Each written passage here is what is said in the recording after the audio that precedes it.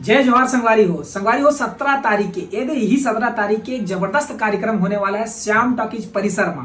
अब वो कौन सा कार्यक्रम है सोशल मीडिया से आप मत देख रहे हो, लेकिन हमारे साथ में है भैया जी बोल सकता हूँ, एक्शन स्टार बोल सकता हूँ। अब एक गाना है तो 17 तारीख के जो कार्यक्रम होने वाला है उसके बारे में भैया जी बताने वाला है।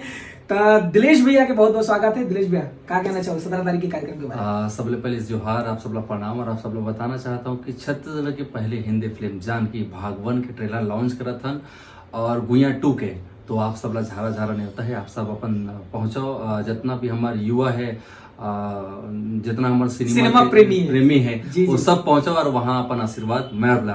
हाँ, और कतको जन के मन में डाउट हुई कि हम आ सकत हन नहीं आ सकत हन, का करना कैसे करना, तो सब ला आना है। मतलब कोई भी ऐसे नहीं है कि जिन्हें नहीं आ सका, ऐसे वाले बात नहीं है, हर कोई आ सकत है। और ये जो इतना भव्य कार्यक्रम है जिसमें शामिल होके ट्रेलर के आनंद ले सकते हैं। एक साथ दो पिक्चर के ट्रेलर लॉन्चिंग बिल्कुल और शाम को 7 बजे से।